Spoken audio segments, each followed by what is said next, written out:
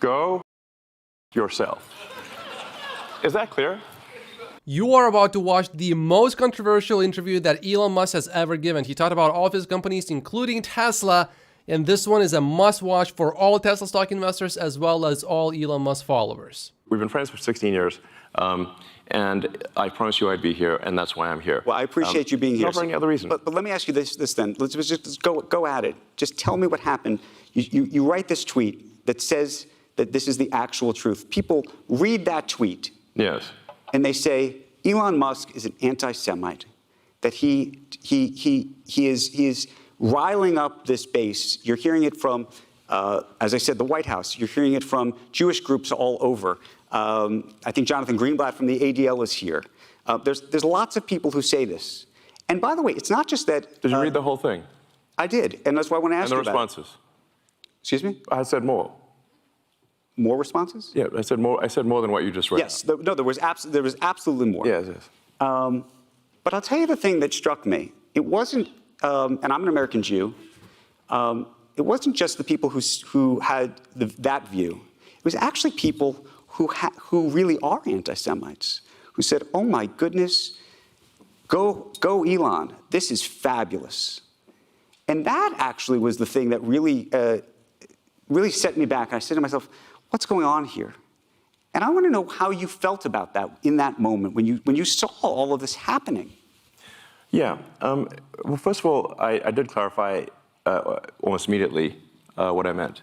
I would say that was, if I could go back and say I should, in retrospect, not have replied to that particular person, and I should have written in greater length as to what I meant. I did subsequently clarify it in replies, but those clarifications were ignored by the media. And essentially, I handed a loaded gun to those who hate me, and arguably to those who are anti-Semitic. And for that, I'm quite sorry. That was not my intention. So I did, post on my primary timeline to be absolutely clear that I'm not anti-Semitic, and that I, in fact, if anything, am philo-Semitic. And the trip to Israel was planned before any of that happened. It was neither here nor there. Do you see this thing? Mm-hmm. Do you know what it is? I do, because I actually followed your entire trip to Israel. Right. Why don't you tell everybody? This says bring them home. The hostages. It was given to me by the parents of one of the hostages. And I said I would wear it as long as there was a hostage still remaining. And I have. What was that trip like? And obviously, you know that there's a public perception that, and you're clarifying this now, but there's a public perception that that was part of a apology tour, if you will. That this had been said online. There was all of the criticism. There was advertisers leaving. We talked to Bob Iger today. I hope they stop. You hope? Don't advertise. You don't want them to advertise? No.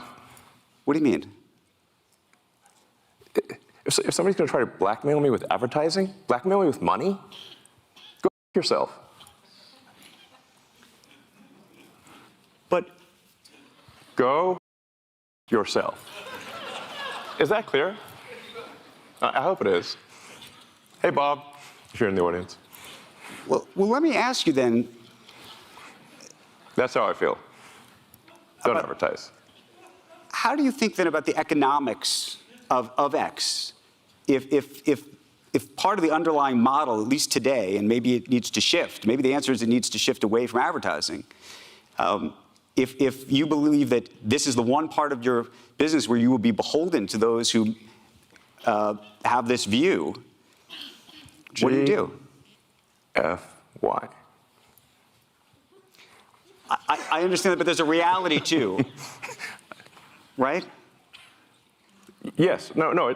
I mean, Linda Yaccarino's right here, and she's got to sell advertising. Absolutely. So, no, totally. No. Actually, what this advertising boycott is going to do, it's going to kill the company.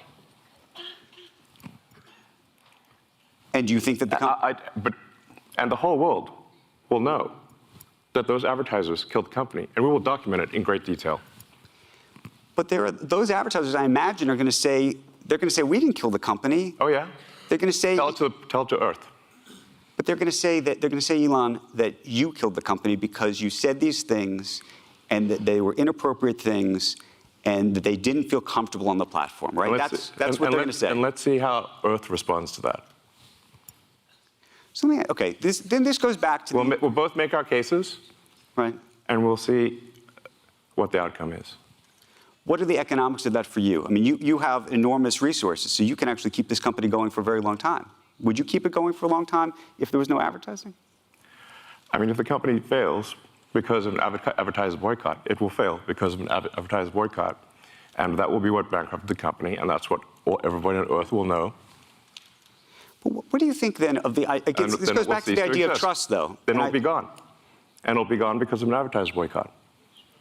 But you recognize that some of those people are going to say that they didn't feel comfortable on the platform. And I just wonder and ask you and think about that for a second. Tell it to the judge. But the judge is going to be... The judge is the public. And you think that the public is going to say that Disney is making a mistake? Yes. And they're going to boycott Disney? They already are. Well, there are some that are for lots of different reasons. But you think that this is going to... that you have the... This goes to actually the interesting of power and leverage. Let the chips fall where they may. Let the chips fall where they may. Can I ask why that is the approach? And I ask it because you've been What's the other approach? Well, you've been very particular about the approach to Tesla. When you think about the engineering involved in that, the approach to SpaceX, the approach to some of the stuff you're doing with AI has been very specific, right? There's not a let the chips fall where they may approach to those businesses, I don't think. No, we focus on making the best products. And Tesla's gotten to where it's gotten with no advertising at all. I understand that. Tesla currently sells twice as much in terms of electric vehicles as the rest of electric car makers in the United States combined. Tesla has done more to help the environment than all other companies combined. It would be fair to say that, therefore, as a leader of the company, I've done more for the environment than everyone else, and any single human on Earth. How do you feel about that? No, how do I feel about that? Yeah, no, I'm asking you personally how you feel about that, because this goes, we're talking about power and influence and... I'm saying what I care about is the reality of goodness, not the perception of it. And what I see all over the place is people who care about looking good while doing evil. Fuck them. Okay?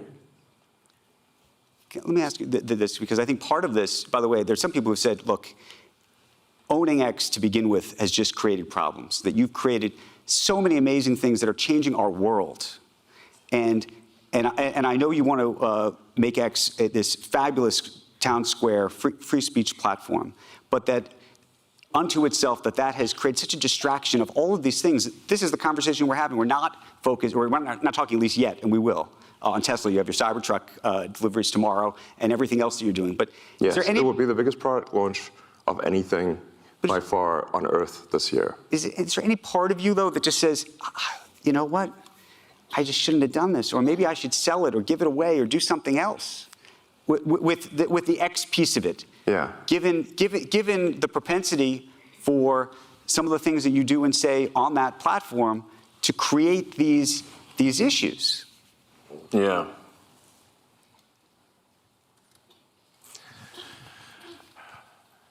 Of all the posts I've done on the platform, I think there might be 30,000 or something like that. Right. Once in a while, I will say something foolish. And I have.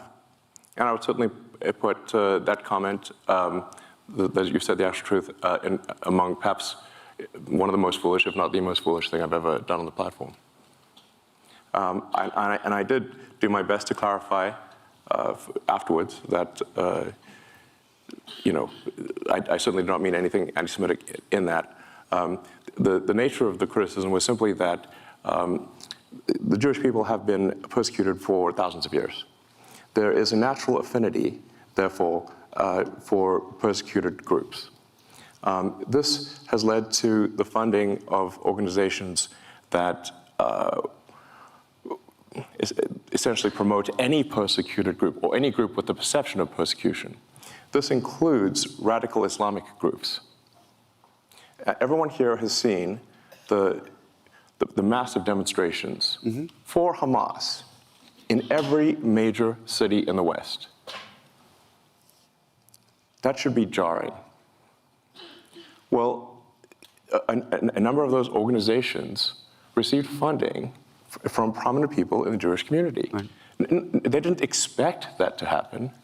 But if you generically, right. Without condition, sort of fund, if you fund persecuted groups, in general, some of those persecuted groups, unfortunately, want your annihilation. And what I meant by that, when I subsequently clarified, is that it's unwise to fund organizations that support groups that want your annihilation. Is this coming across clearly? Yeah, at no, this it point? is. My question to you, though, I think logically this makes a lot of sense. Is there any part of you, I mean, just tell me what happens, though, once all this happens? Let's say you fund a group, and that group supports Hamas, who wants you to die. Perhaps you should not fund them. Right. But you do. Thank you. You do appreciate that when you wade into these very delicate waters at these very delicate times, Yes. that it can create a real, I mean, as it created headlines for the past 2 weeks, and economic impact. I'm just so curious what in your brain, I mean, when you see all this happening, I think are you sitting there going, oh my God, I stepped in it, I wish I didn't do that? Are you saying, screw them, I hate these people, why are they after me? But all of that. Yeah, all of that. I mean, look, I'm sorry for that tweet or post. It was foolish of me. Of the 30,000, it might be literally the worst and dumbest post that I've ever done. And I tried my best to clarify 6 ways to Sunday. But at least I think over time it will be obvious that, in fact, far from being anti-Semitic, I'm in fact philo-Semitic. And all the evidence in my track record would support that. Let me ask you this, though. There are people who say crazy things on X, as you know. Maybe you think they're crazy, maybe they're not. The aspiration for X is to be the global town square. Now, if you were to walk down to, let's say, Times Square, Right. Do you occasionally hear people saying crazy things? Yes, but Yes. they're not. But they don't have the megaphone, right? And that's the conundrum. Right? No, They but can only say it to the 50 or 100 people that are standing there in Times Square. They don't have a I mean, look, the joke I used to make about old Twitter was it was like giving everyone in the psych ward a megaphone. I'm aware that things can get promoted that are negative beyond the sort of circle of somebody simply screaming crazy things in Times Square, which happens all the time.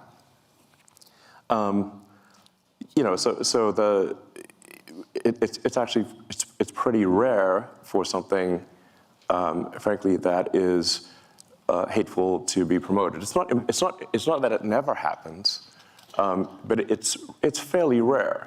I mean, I would encourage people to look at, for those that use the system, when you look at the feed that you receive, how often is it hateful, and over time has it gotten more or less hateful? And I would say that if you look at the X platform today versus a year ago, I think it is actually much better. I mean, what is your personal experience? Are you surprised? I'm just curious. You use this. I use the platform religiously. I So you will would admit to notice. being an addict, You would and I notice. use the For You, and I will say.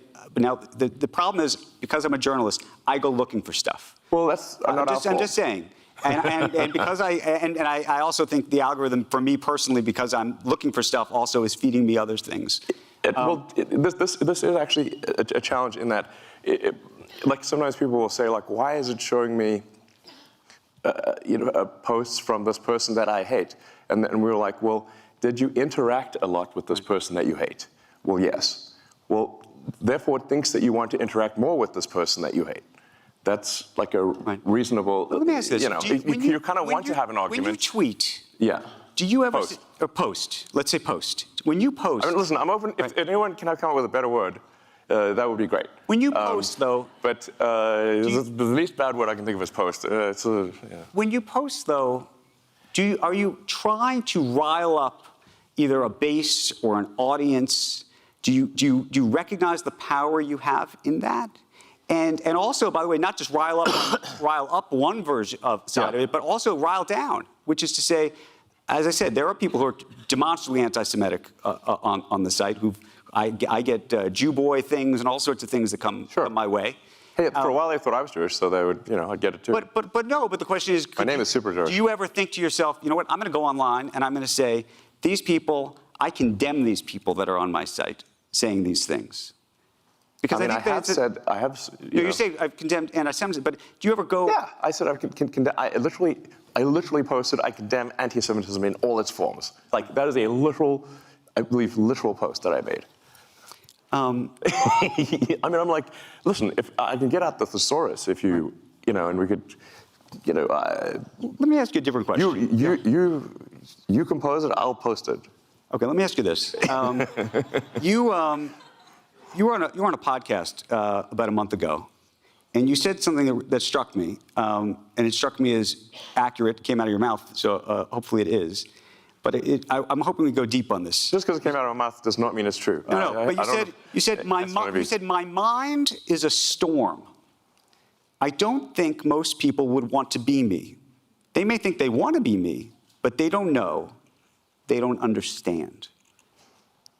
What did you mean by that? What was your mind being a storm? And I think I mean, I have known you for quite some time. I think it is a bit of a storm. Yes. Yeah, I mean, in as much as a weather metaphor makes sense, my mind often feels like a very wild storm. I mean, I have a fountain of ideas. I mean, I have more ideas than I can possibly execute. So I have no shortage of ideas. Innovation is not the problem. Execution is the problem. I've got a million ideas. I mean, I've got an entire design for an electric supersonic vertical takeoff jet, but I just can't do that as well. I've had that for 10 years. And there's a million things. But is your storm a happy storm?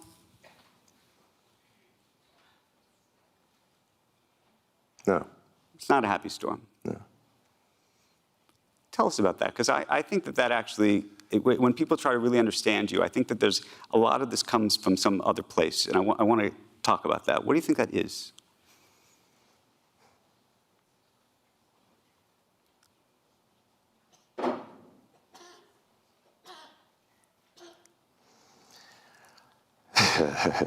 We should need like a psychiatrist couch here or something.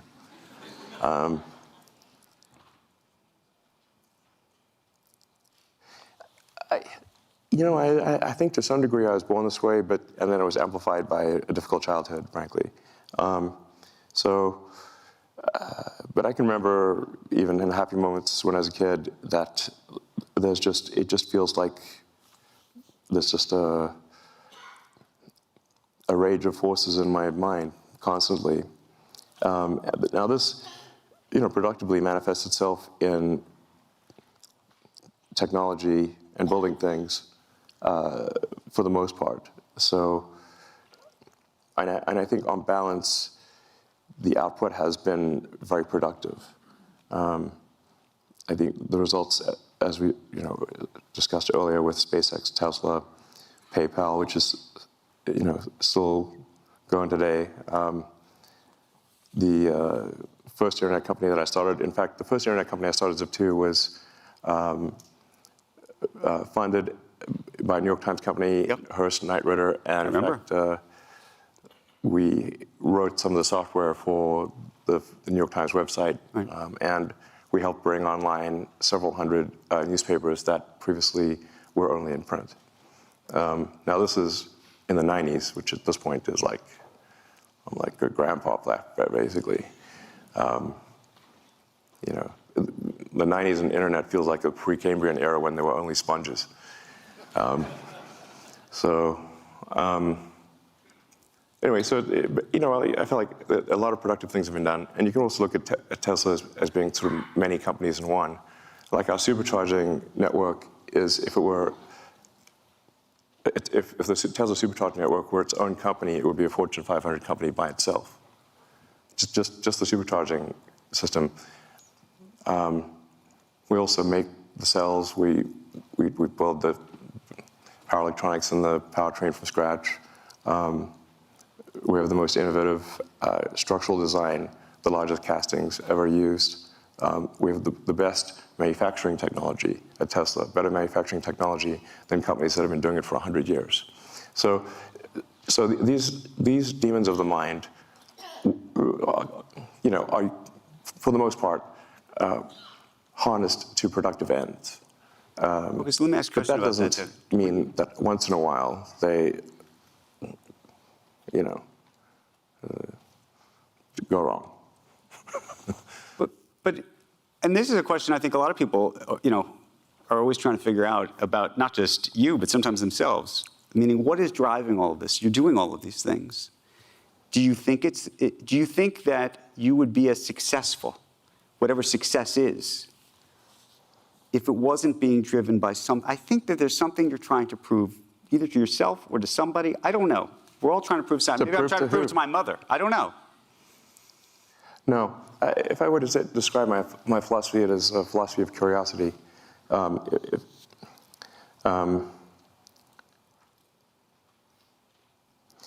did have this existential crisis when I was around 12 about what's the meaning of life? Isn't it all pointless? Why not just commit suicide? Why exist?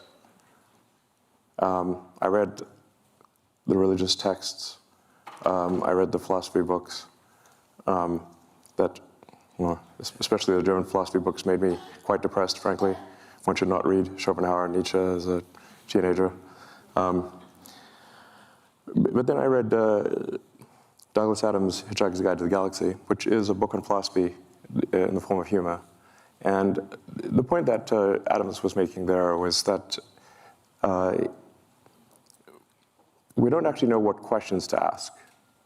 That's why he said that, the answer is 42. Like, basically, Earth's a giant computer, and it came up with the answer 42. But then to actually figure out what the question is, that's the actual hard part. And I think this is generally true also in physics. At the point at which you can properly frame the question, the answer is actually the easy part. So my motivation then was that, well, my life is finite, really a flash in the pan on a galactic time scale. But if we can expand the scope and scale of consciousness, then we are better able to figure out what questions to ask about the answer that is the universe. And maybe we can find out the meaning of life, or even what the right question to ask is. Where did we come from? Where are we going? Where are the aliens? Are there aliens? And these questions, and is there new physics to discover? Or is this, because there seems to be some real questions around dark matter and dark energy. And so the purpose of SpaceX is to extend life beyond Earth on a sustained basis, so that we can at least pass one of the Fermi great filters, which is that of being a single planet civilization. If we are a single planet civilization, then we are simply waiting around for some extinction event, whether that is man-made or natural. But if you're a single planet civilization, eventually something will happen to that planet and you will die. If you're a multi-planet civilization, you will live much longer. Also, a multi-planet civilization that's the natural stepping stone to being a multi-stellar civilization and being out there among the stars. So now this, I think, has this is not simply a defensive motivation, but it is also one where that gives meaning, man's search for meaning. Good book. Can I ask you a different? But let me finish this philosophy point, even though it may seem rather esoteric. It may resonate with a few people. We must get past this Fermi filter of being this great filter of being a single-planet civilization. And if we do that, we're more likely to understand the nature of the universe and what questions to ask. If you're a believer in the philosophy of curiosity, then I think you should support this ambition. But it's more. Being a multi-planet species is more than simply, life insurance for life collectively. That's a defensive reason, but I think also that life has to be more than simply solving one sad problem after another. There have to be reasons where you wake up in the morning and you're happy to be alive. There have to be reasons that you have to say, why are you excited about the future? Like, what gives you hope? And if you aren't sure, ask your kids. And I think the idea of us being a spacefaring civilization and being out there among the stars is incredibly inspiring and exciting and something to look forward to. And there need to be such things in the world. Let me ask you a different question about confidence. We were having a conversation here earlier about people and where people get their confidence from. Some people have great insecurity. Other people have great confidence. And I was thinking about you because you have a very interesting history where people have told you over and over again that you're wrong. Well, sometimes they're right. Well, sometimes they are, but I would say that when it comes to Tesla, when it came to SpaceX, people told you that you were crazy, you were out of your mind. This was never going to happen. This was never going to work. And so the reason I ask you this, though, is now when people say you're wrong, this isn't right, do you look at that and say, you know what, that's like a red flag for me because, I've been told so often that I'm wrong that I know I'm right because I've had that experience. Or are there people in your life when they say, you know what, Elon, this is not right? Do you know what I'm saying? I think what you're sort of trying to say is that do I at this point think because I've been right so many times when others have said I'm wrong, that now I perhaps believe I'm right when in fact I'm wrong? You did very well. What do you think? No, I'm right.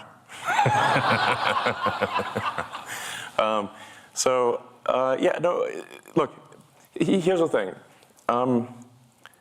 Physics is unforgiving. Physics is unforgiving. So, I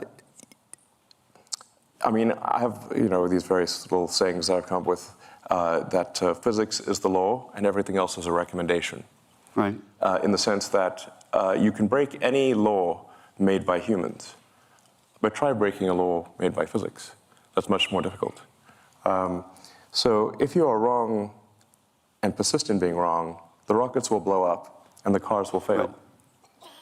Right. So this is, we're not trying to figure out what flavor of ice cream is the best flavor of ice cream. Right. Like, if there's 1,000 things that can happen on a rocket flight, and only one of them gets the rocket to orbit. And so being wrong results in failure when dealing with physical objects. But that's the interesting part. So now you've built these great companies that physically, the physics of them are enormously successful. So successful, arguably, that you have leverage over everybody else, right? Nobody else can do Starlink. Nobody else can get the rockets in space yet. Amazon and Jeff Bezos are trying, but they haven't yet. I hope he does. You hope he does? Yeah. I think, but I actually agree with a lot of Jeff's motivations. I think, he's, let me put it this way. If there was a button I could press that would delete Blue Origin, I wouldn't press it. So I think it's good that he's spending money on making rockets too. I suggest perhaps he spend more time on it, but it's up to him. But I should make a point here. So nothing any of my companies have done has been to stifle competition. In fact, we've done the opposite. So at Tesla, we have open sourced our patents. Anyone can use our patents for free. How many companies do you know who've done that? Can you name one? I can't. At SpaceX, we don't use patents. So, once in a while, we'll file a patent just so some patent troll doesn't cause trouble. But we're not stopping any. We've done nothing anti-competitive. We've done nothing to stop our competitors. I'm not suggesting you are at all. No, I just want to clarify for the audience, because some companies have done anti-competitive things. I think the strange thing, or the unusual thing about SpaceX and Tesla is that we've done things that have helped our competition. So at Tesla, we have made our supercharger system open access. We've made our charger technology available for free to the other manufacturers. The reason No walled garden. We could have put a wall up, but instead we invited them in.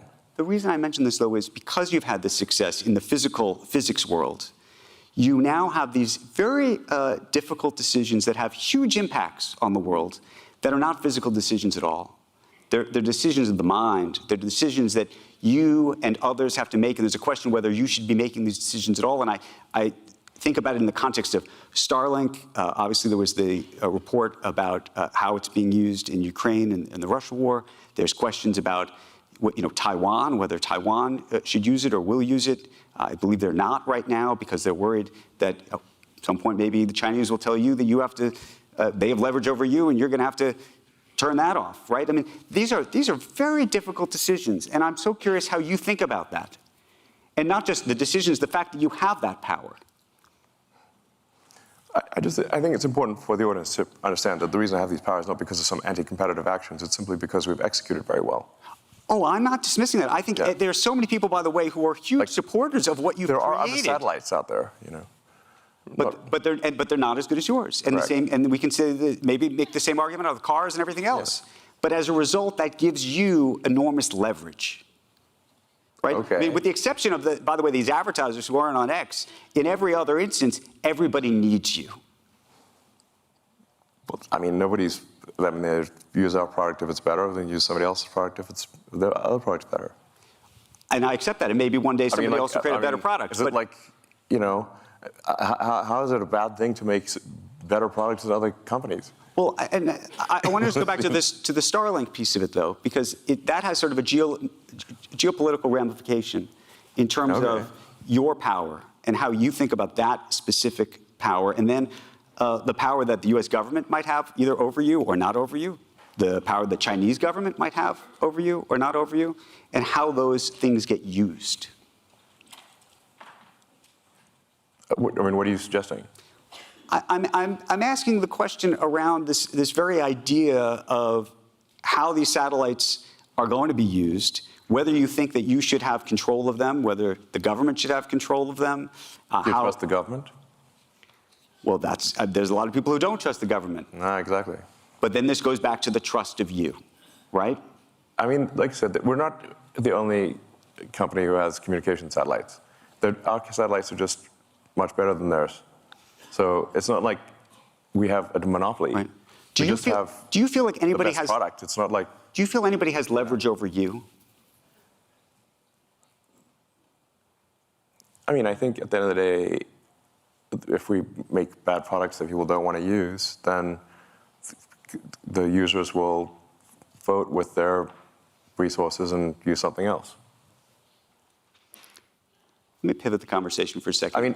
Certainly, my company's overseen by regulators, and while since SpaceX, Starlink, Tesla are overseen by cumulatively over 100 regulators, in actually more than that, a few hundred regulators, because we're in 55 countries. if you sum up all the times that I had an argument with regulators, of hundreds of regulators over decades, it can sound really terrible, except they forgot to mention that there were 10 million regulations we complied with and only 5 that I disagreed with. But they listed all the 5, and it sounds like, wow, this guy's a real maverick. I'm like, yeah, but what about the 10 million we complied with? Let me one related thing on this, in the leverage of countries and things over you and regulators. X is this free speech platform. You do business in China, lots of business in China. That's an important part of your business, I imagine. Well, it's not SpaceX. How do you think about the leverage that the Chinese have over you? And do they have leverage over you? And how do you feel about, some people would say, is it hypocritical for you to be doing business in China, or frankly in other countries as it relates to X and other things, that don't follow this free speech path that you have espoused? The best that the X platform can do is adhere to the laws of any given country. Do you think there's something more we could do than that? I think it would be very hard, but I just wonder, given the sort of strong philosophical approach that you've been vocal about, whether you say to yourself, you know, maybe I shouldn't be doing business in that country. Well, first of all, Starlink and SpaceX are no business in China whatsoever. Tesla has one of 4 vehicle factories in China, and China is, you know, I don't know, a quarter of our market or something like that. So it's a quarter of the market of one company. The same is true, by the way, of all the other car companies. They also have something on that order of a quarter of their sales in China. So if that's a problem for Tesla, it's a problem for every car company. I mean, I think one has to be careful about not conflating the various companies, because I can only do things that are within the bounds of the law. I cannot do beyond that. My aspiration is to do as much good as possible and to be as productive as possible within the bounds of what is legal. More than that, I cannot do. I want to pivot and talk about AI for a moment. We had Jensen Huang here, who's a big fan of yours, as you know. Yeah, Jensen's awesome. Talked about bringing you the first box, by the way, yes. With Ilya, interestingly enough. Yes. Back in 2016, I think. There's a video of Jensen and me unpacking the first AI computer at OpenAI. So I'm so curious what you think of what's just happened over the past 2 weeks while you were dealing with this other series of headlines. There was a whole other series of headlines OpenAI, so far. at OpenAI. What did you think? Well, you founded it, co-founded it. Co-founded it, yeah. The whole arc of OpenAI, frankly, is a little troubling, because the reason for starting OpenAI was to create a counterweight to Google and DeepMind, which at the time had 2/3 of all AI talent and basically infinite money and compute, and there was no counterweight. It was a unipolar world. And Larry and Paige and I used to be very close friends, and I would stay at his house, and I would talk to Larry into the late hours of the night about AI safety. And it became apparent to me that Larry did not care about AI safety. I think perhaps the thing that gave it away was when he called me a speciesist for being pro-humanity. As in, you know, like a racist, right, but for species. So I'm like, wait a second, what side are you on, Larry? And then I'm like, okay, listen, this guy's calling me a speciesist. He doesn't care about AI safety. We've got to have some counterpoint here, because this seems like we could be, this is no good. So OpenAI was actually started, and it was meant to be open source. I named it OpenAI after open source. It is in fact closed source, super closed. It should be renamed super closed source for maximum profit AI. So, because this is what it actually is. I mean, fate loves irony. I mean, in fact, a friend of mine says, like, the way to predict outcomes is the most ironic outcome is the most, it's like this Occam's razor. like the simplest sort of explanation is most likely. And my friend Jonah's view is that the most ironic outcome is the most likely. And that's what's happened with OpenAI. It's gone from an open source foundation, a 501c3, to suddenly it's like a $90 billion for-profit corporation with closed source. So I don't know how you go from here to there, but that seems like I don't know how you get, I don't know, is this legal? And I'm like, that's legal? So as you saw Sam Altman get ousted Yeah. by somebody you know, Ilya, and Ilya was a friend of yours. Yes. You brought him there. Your relationship with Larry Page effectively broke down over you recruiting him away, I think. That's correct. That was the fight. Larry refused to be friends with me after I recruited Ilya. And so here's Ilya apparently saying something is very wrong. I think we should be concerned about this because I think Ilya actually has a strong moral compass. He thinks about, he really sweats it over questions of what is right. And if Ilya felt strongly enough to want to, fire Sam, well, I think the world should know what was that reason. Have you talked to him? I've reached out, but he doesn't want to talk to anyone. Have you talked to other people behind the scenes as this is all happening?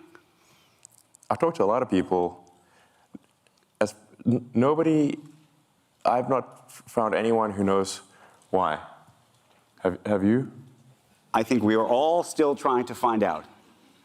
I mean, look, one of two things is either it was a serious thing and we should know what it is, or it was not a serious thing and then the board should resign. What do you think of Sam Altman? I have mixed feelings about Sam. I do,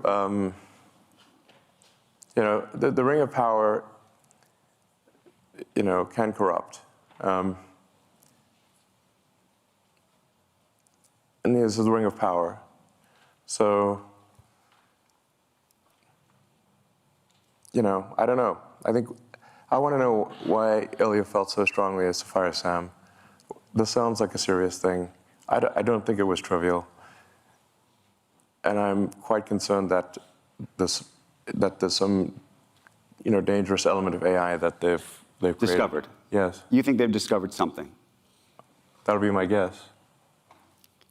Where are you with your own AI efforts relative to where you think OpenAI is, where you think Google is, where you think the others are? I mean, on the AI front, I'm in somewhat of a quandary here because I've thought AI could be something that would change the world in a significant way since I was in college, like 30 years ago. Now, the reason I didn't go build AI right from the get-go was because I was uncertain about which edge of the double-edged sword would be sharper, the good edge or the bad edge. So I held off on doing anything on AI. I could have created, I think, the leading AI company, and kind of OpenAI actually kind of is that, because I was just uncertain if you make this magic genie, what will happen? Whereas I think building sustainable energy technology is much more of a single-edged sword that is single-edged good. Making life multiplanetary, I think single-edged good. Starlink, mostly single-edged good. I mean, giving people better connectivity to people that don't have connectivity or too expensive, I think is very very much a good thing. Starlink was instrumental, by the way, in halting the Russian advance, and the Ukrainians said so. I think but with AI, you've got the magic genie problem. You may think you want a magic genie, but once that genie's out of the bottle, it's hard to say what happens. How far are we away from that genie being out of the bottle, you think? We think it's already out? I mean, the genie is certainly poking its head out. The AGI, the idea of artificial general intelligence, given what you now are working on yourself, and you know how easy or hard it is to train, to create the inferences, to create the weights. I hope I'm not getting too far in the weeds of just how this works, but those are the basics behind the software end of this. It's funny, all these weights, they're just basically numbers in a comma-separated value file. And that's our digital God, a CSV file. I found that funny. But that's kind of literally what it is. So I think it's coming pretty fast, But is that, I mean, you famously have admitted to overstating how quickly things will happen. But how quickly do you think this will happen?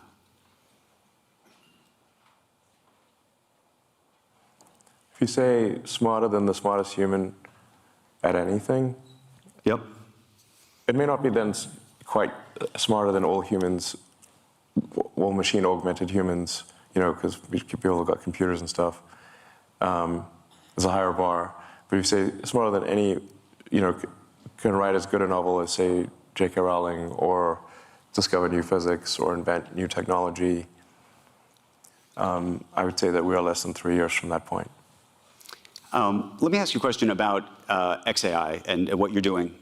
And because there's an interesting thing that's different, I think, about what you have relative to some of the others, which is you have data, you have information, you have all of the stuff that everybody in here has put on the platform to sort through. And I don't know if everybody realized that initially. What is the value of that?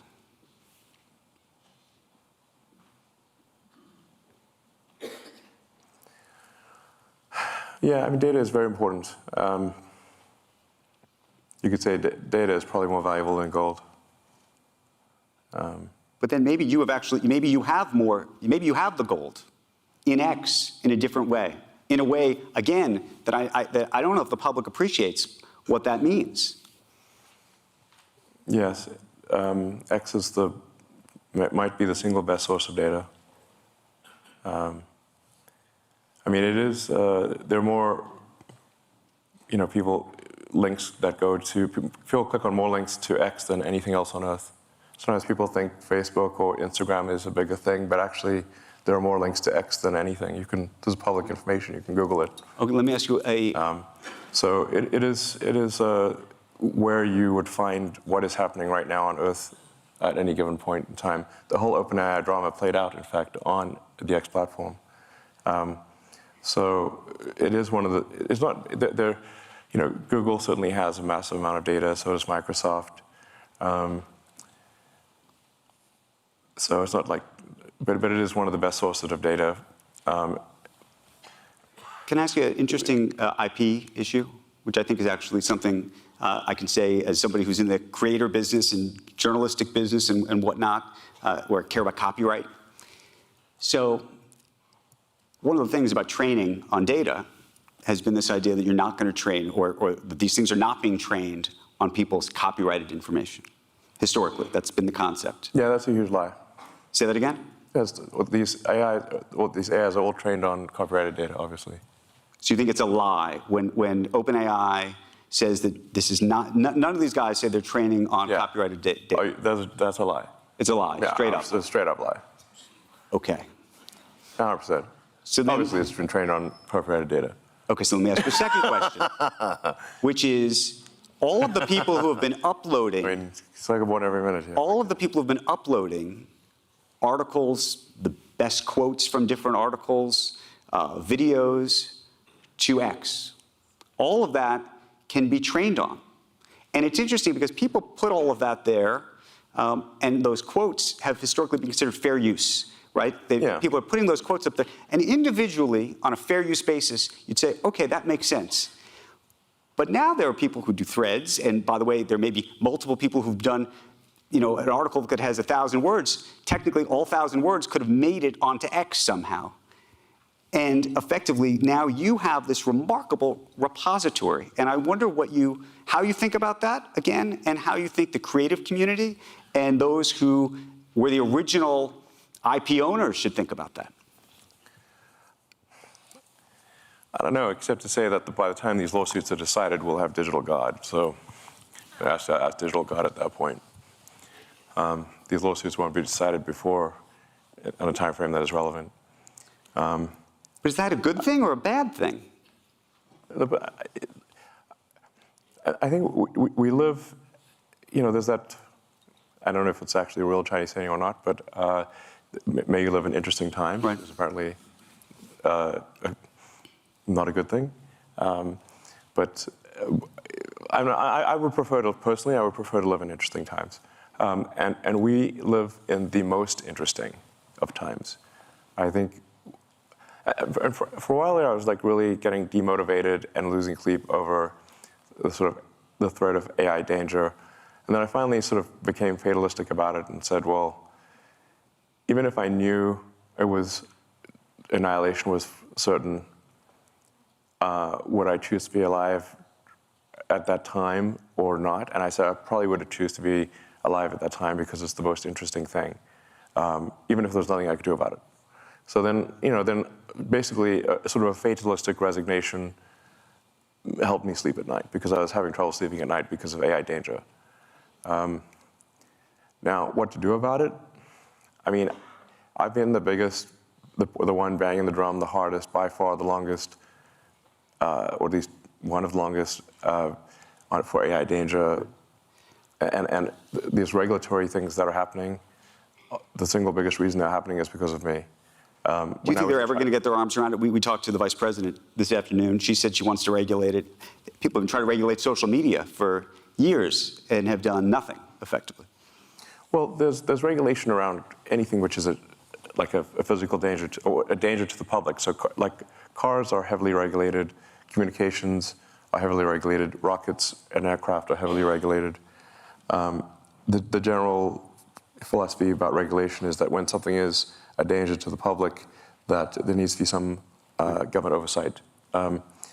So I think, in my view, AI is more dangerous than nuclear bombs.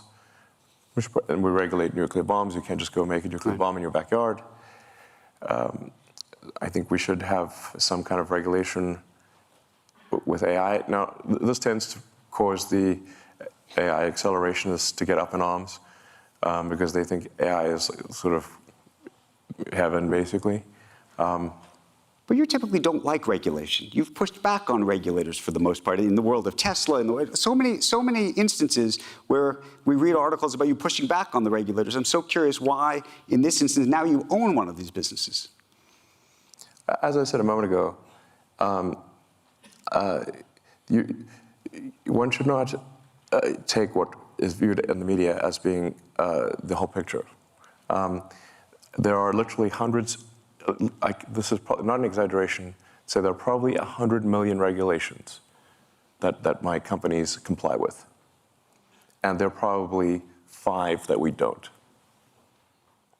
And if we disagree with some of those regulations, it's because we think the regulation that is meant to do good doesn't actually do good. But that's an interesting thing. Defying regulations for but the question is, if there are laws and rules, whether the idea is that you're making the decision that the law and the rule shouldn't be the law and the rule, and then, right? Isn't? No, I'm saying you're fundamentally mistaken, and it should be obvious that you're mistaken. My company's automotive is heavily regulated. We would not be allowed to put cars on the road if we did not comply with this vast body of regulation. Now, you could fill up the stage with literally, 6 foot high, with the regulations that you have to comply with to make a car. Right. Would make you could have a room full of phone books. That's how big the regulations are. And if you don't comply with all of those, you can't sell the car. And if we don't comply with all the regulations for rockets or for Starlink, they shut us down. So in fact, I am incredibly compliant with regulations. Now, once in a while, there'll be something that I disagree with. The reason I would disagree with it is because I think the regulation in that particular case, in that rare case, does not serve the public good. And therefore, I think it is my obligation to object to a regulation that is meant to serve the public good, but doesn't. That's the only time I object. Not because I seek to object. In fact, I'm incredibly rule-following. Let me ask you a separate question, a social media-related question. We've been talking about TikTok today, ahead of the election. Sure. TikTok is... What do you think of TikTok? Do you think it's a national security threat?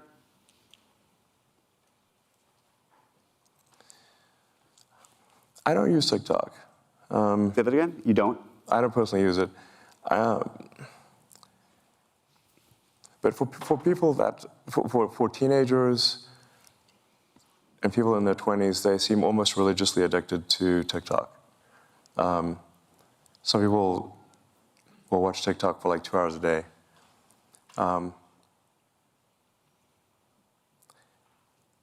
I stopped using TikTok when I felt the AI probing my mind, and it made me uncomfortable. So I stopped using it.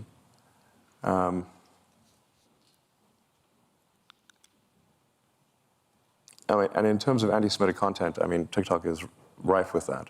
It has the most viral anti-Semitic content by far. But do you think the Chinese government is using it to manipulate the minds of Americans? No. Is that something that you think we should worry about? I mean, you have different states that are trying to ban it. I don't think this is some Chinese government plot. But it is, the TikTok algorithm is entirely AI powered. So it is really just trying to find the most viral thing possible. It's what is going to keep you glued to the screen. Right. That's it. Now, on sheer numbers, there are on the order of 2 billion Muslims in the world, and I think much smaller number of Jewish people. 20 million, something. Many orders of magnitude fewer. So if you just look at content production, just right. on sheer numbers basis, this is going to be overwhelmingly anti-Semitic. Let me ask you a political question. And I've been trying to square this one in my head for a long time. Yeah. In the last 2 or 3 years, you have moved decidedly to the right, I think. Have I? Well, we can discuss this. I think that you have been espousing and promoting a number of Republican candidates and others. You've been very frustrated with the Biden administration over, I think, unions and feeling like they did not respect what you've created. Well, I mean, without doing nothing to provoke the Biden administration, they held an electric vehicle summit at the White House and specifically refused to let Tesla attend. This was in the first 6 months of the administration. And we inquired, we literally make more electric cars than everyone else combined. Why are we not allowed? Why are you only letting Ford, GM, Chrysler, and UAW, and you're specifically disallowing us from the EV summit at the White House? We'd done nothing to provoke them. Then Biden went on to add insult to injury and publicly said that GM was leading the electric car revolution. This was in the same quarter that Tesla made 300,000 electric cars and GM made 26. Does that seem fair to you? So, but tell me this then. It doesn't seem fair. And I've asked repeatedly, you've probably seen me. And by the way, I had a great relationship with Obama. So there was not a. So, but then there's I voted this. for Obama. I stood in line for 6 hours to shake Obama's hand. Okay. So let me just ask on a personal level. I can see it in your face. This hurt you personally. And it hurt the company too. And it was an insult to, Tesla has 140,000 employees. Okay, of the half of them are in the United States. Tesla has created more manufacturing jobs than everyone else combined. So let me ask this then. You've devoted at least the last close to 20 years of your life, if not more, to the climate change, trying to get Tesla off the ground, in part to improve climate. You've talked about that. Yeah, a real right-wing motive. Repeatedly. God, far right, if anything. I understand that. And then it's right. Reverse psychology next level. Well, no, but so here's then the question, which is how do you square the support that you have given? I believe you were at a fundraiser for Vivek Ramaswamy, for example, who says that the climate issue is a hoax, right? Yeah, I disagree with him on that. But I would think that would be such a singular issue for you. I would think that the climate issue would be such a singular issue for you that actually it would disqualify almost anybody who didn't take that issue seriously. Well, I haven't endorsed anyone for president. I mean, I wanted to hear what Vivek had to say because I think some of his things some of the things he says, I think, are pretty solid. He's concerned about government overreach, about government control of information. The degree to which old Twitter was basically a sock puppet of the government was ridiculous. It seems to me that there's a very severe violation of the First Amendment in terms of how much government control, how much control the government had over old Twitter, and it no longer does. So there's a reason for the First Amendment. The reason for the First Amendment for freedom of speech is because the people that immigrated to this country came from places where there was not freedom of speech, and they were like, you know what, we got to make sure that that's constitutional, because where they came from, if they said something, they'd be put in prison, or there'd be, something bad would happen to them. So, and freedom of speech, you have to say, when is it relevant? It's only relevant when someone you don't like can say something you don't like, or it has no meaning. And as soon as you sort of, throw in the towel and concede to censorship, it is only a matter of time before someone censors you. And that is why we have the First Amendment. Could you see yourself voting for President Biden? If it's a Biden-Trump election, for example?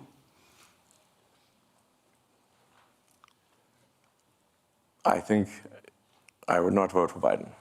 You'd vote for Trump? I'm not saying I'd vote for Trump, but I mean, this is definitely a difficult choice here. Would you vote for Nikki Haley? Nikki Haley, by the way, wants all social media names to be exposed, as you know. No, I think that's outrageous. Yeah, no, I'm not going to vote for some pro-censorship candidate. Like I said, I mean, I think you have to consider that there is a lot of wisdom in these amendments. I mean, the Constitution, a lot of things that we take for granted here in the United States that don't even exist in Canada. There's no constitutional right to freedom of speech in Canada. So, it's not, and there's no Miranda rights in Canada. People think you have the right to remain silent. You don't actually in Canada. I'm half Canadian. I can say these things, I suppose. But you just got the freedom of speech is incredibly important. Even when people and like I said, it's actually especially important. In fact, it is only relevant when people you don't like can say things you don't like.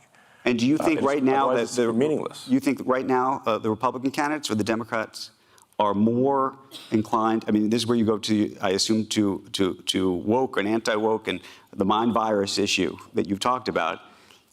Which party do you think is more pro freedom of speech, given all the things you've seen? Because we also see, yes. DeSantis, preventing people from reading certain things. Maybe you think that's correct. No, look, we actually are in an odd situation here, where, on balance, the Democrats appear to be more pro-censorship than the Republicans.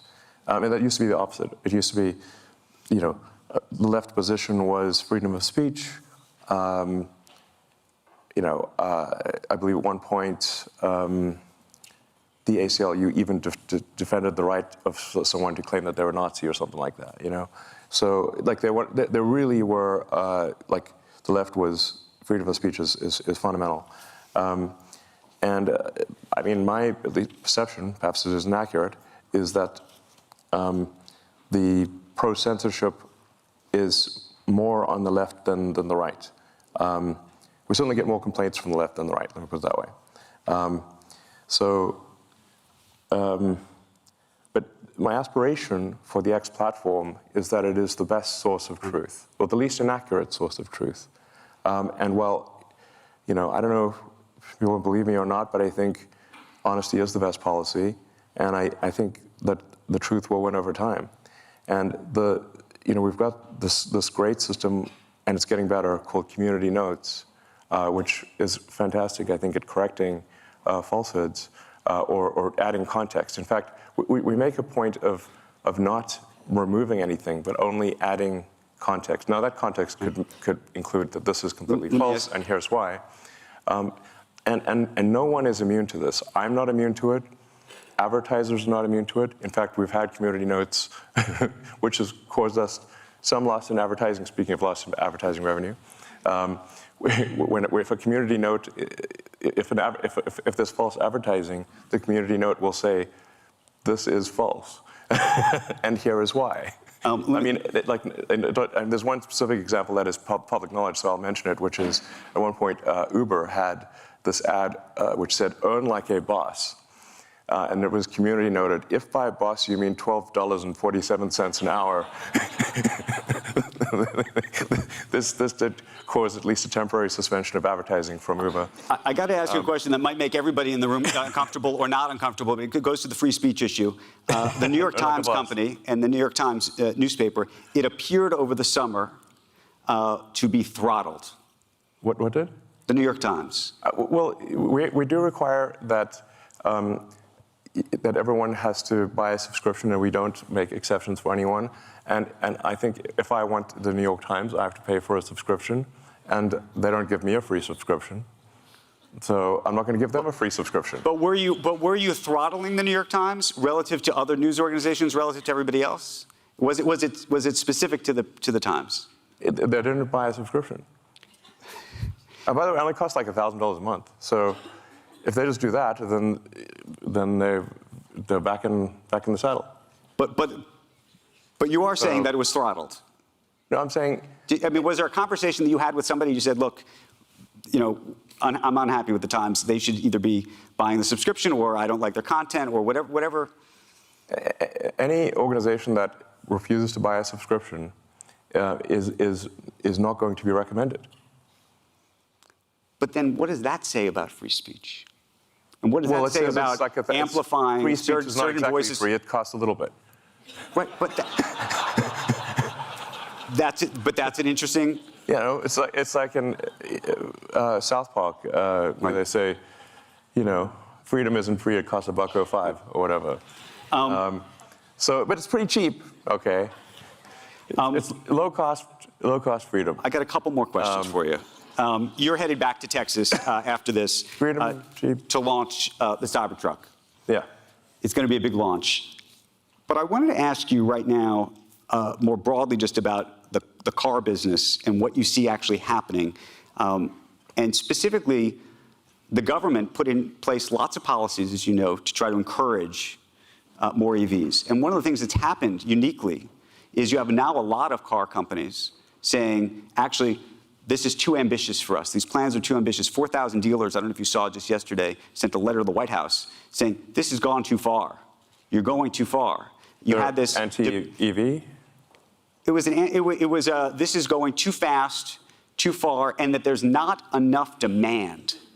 Underneath all of this is this idea that maybe there's not enough demand for EVs, that the American public has not bought into they bought into it with your company, but they haven't bought into it broadly enough.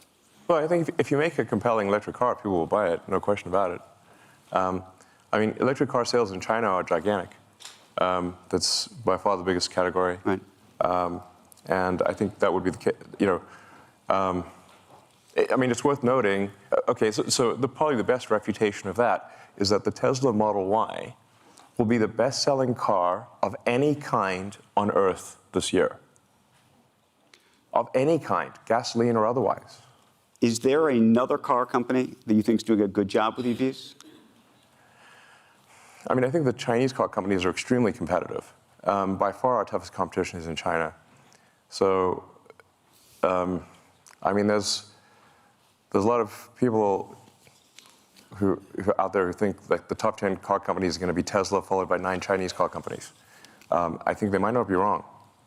So, China is super good at manufacturing, and the work ethic is incredible. So, you know, like if we consider different leagues of competitiveness at Tesla, we consider the Chinese league to be the most competitive. And by the way, we do very well in China because our China team is the best China team. How worried are you that the unionization effort that just took place I shouldn't say effort, but the new wages and the like at GM and Ford, that they're coming for you? And they are coming for you. What is that going to mean to you and your business? Well, I think it's generally not good to have an adversarial relationship between people on the line, one group at the company and another group. In fact, I disagree with the idea of unions, but perhaps for a reason that is different than people may expect, which is I just don't like anything which creates kind of a lords and peasants sort of thing. And I think the unions naturally try to create negativity in a company and create a sort of lords and peasants situation. There are many people at Tesla who have gone from working on the line to being in senior management. There is no lords and peasants. Everyone eats at the same table. Everyone parks in the same parking lot. At GM, there's a special elevator only for senior executives. We have no such thing at Tesla. And the thing is that I actually know the people on the line because I worked on the line, and I walked the line, and I slept in the factory, and I worked beside them. So I'm no stranger to them. And there are actually many times where I've said, well, can't we just hold a union vote? But apparently a company is not allowed to hold a union vote. So it has to be somehow called for, but the unions can't do it. So I said, well, let's just hold a vote and see what happens. The actual problem is the opposite. It's not that people are trapped at Tesla building cars. The challenge is how do we retain great people to do the hard work of building cars when they have like 6 other opportunities that they can do that are easier. That's the actual difficulty, is that building cars is hard work and there are much easier jobs. And I just want to say that I'm incredibly appreciative of those who build cars, and they know it. So there's I don't know, maybe there will be unionized. If I say, like, if Tesla gets unionized, it will be because we deserve it and we failed in some way. But we certainly try hard to ensure the prosperity of everyone. We give everyone stock options. We've made many people who are just working the line, who didn't even know what stocks were, we've made them millionaires. So we're going to run out of time. Final couple quick questions. When do you have the time to tweet or to post? I actually think about it all the time. As I said, I use use the it. bathroom sometimes. I use it all the time. Meaning, if we were to open up our phones and look at the screen time, what does yours look like? Well, about every 3 hours, I make a trip to the lavatory. And that's the only time you do this? Seems like you're on there a lot. No, I mean, there'll be like brief moments between meetings. I mean, it's not, obviously I have like 17 jobs, so, and no, I guess technically it's work at this point. It is, but I'm thinking just in terms of your mind share. I mean, by the way, there's a lot of people who should be working who are on this app. Technically, posting on Twitter or X is work. It does count as work. So that's, there's that. But no, I mean, I think I'm on.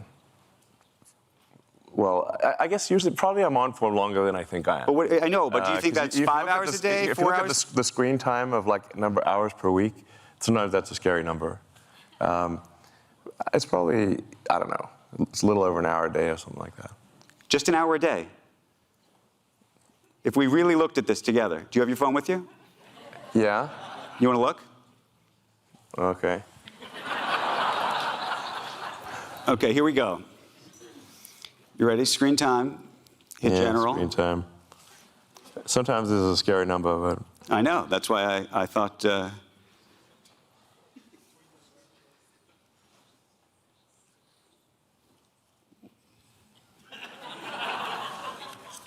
I just got a new phone, so I think this is not accurate because it says it's 1 minute.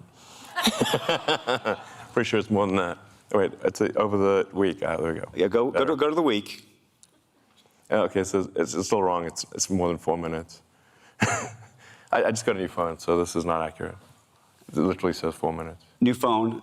Tim Cook sent you that phone? New phone, who does? You know. I should ask, by the way, because I just mentioned Tim Cook. Do you feel like you're going to have a battle with him eventually? Is that the next fight? I mean, over the App Store? The idea of making a phone. Oh, phone. What do you mean, like? No. App Store? Over the App Store. Would you ever make a phone? Sam Altman's apparently thinking about making a phone with Johnny Ive. I mean, I don't think there's a real need to make a phone. I mean, if there's a essential need to make a phone, I'd make a phone. But I got a lot of fish to fry. So, I mean, I do think there's a fundamental challenge that phone makers have at this point because you've got basically a black rectangle. You know, how do you make that better? So do you want to do that? What does that look like in Elon's head? No, that's literally, yeah, good phrase, in the head, Neuralink. Well, there we go. We need to touch that before it's over. You know, the best interface would be a neural interface directly to your brain. So that would be a Neuralink. How far are we, do you think, from that, and how excited or scary does that seem to be? And we read these headlines, obviously, about monkeys who've died, as you know. What should we think about that?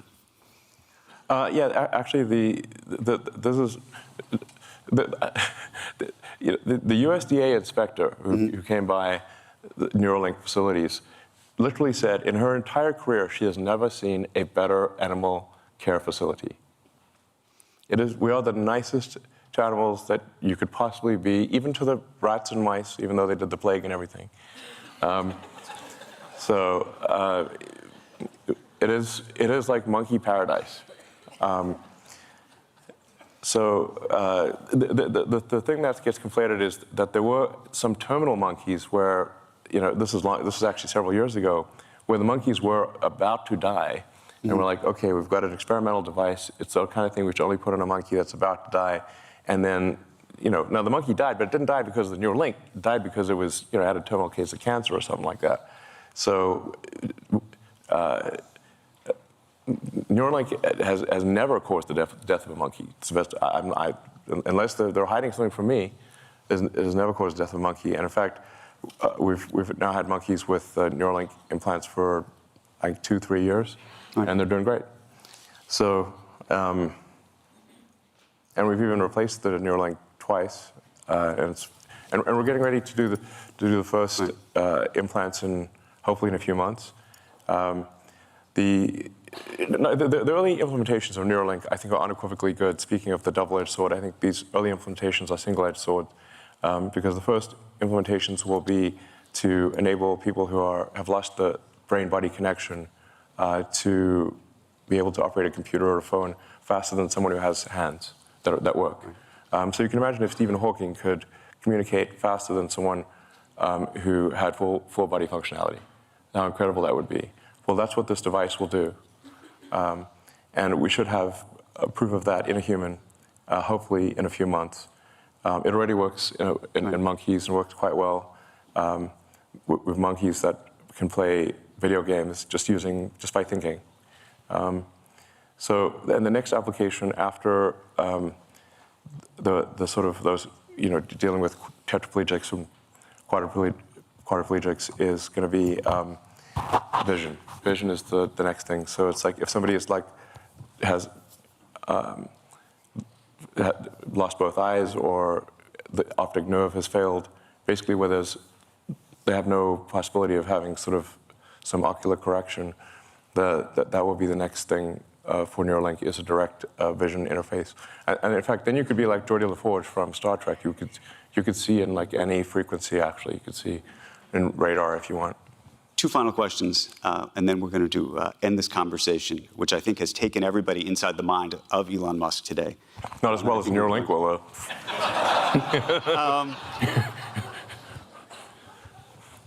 It actually goes to self-driving cars and vision and everything else. And I asked this question of Pete Buttigieg, Transportation Secretary. It's actually something you retweeted, so I wanted to ask you the same question. There's a big question about autonomous vehicles and the safety of them.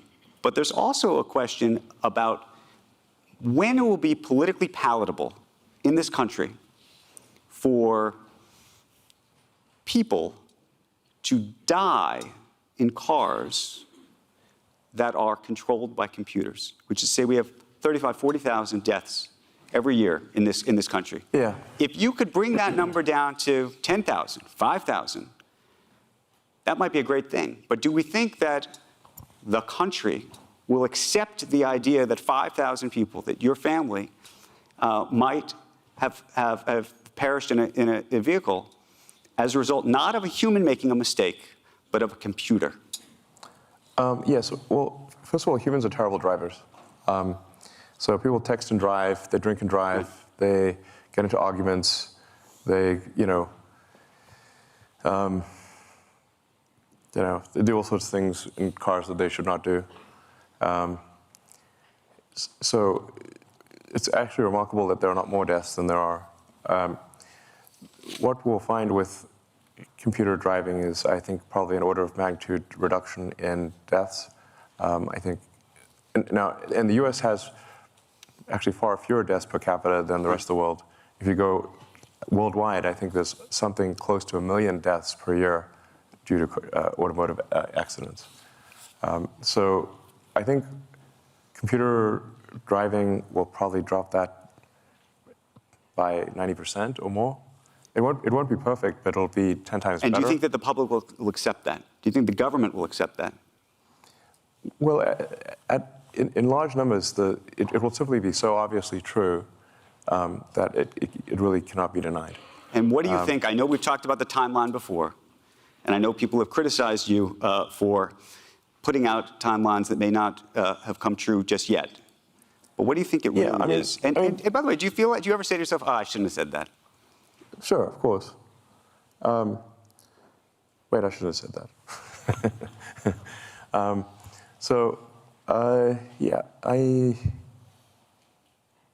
I'm optimistic about. I think I'm like naturally optimistic about timescales, and if I was not naturally optimistic, I wouldn't be doing the things that I'm doing. I certainly wouldn't have started a rocket company or a car company if I didn't have some sort of pathological optimism, frankly. As you pointed out, many people said they would fail, and in fact, I agreed with them. I said, yes, it probably will fail. And they're like, okay. But I thought SpaceX and Tesla had less than a 10% chance of success when we started them. Anyway, but the self-driving thing is I've been optimistic about it. We've certainly made a lot of progress. If anybody has tried has been using the sort of full self-driving beta, the progress is, every year has been substantial. It's really now at the point where, in most places, it'll take you from one place to another with no interventions. And the data is unequivocal that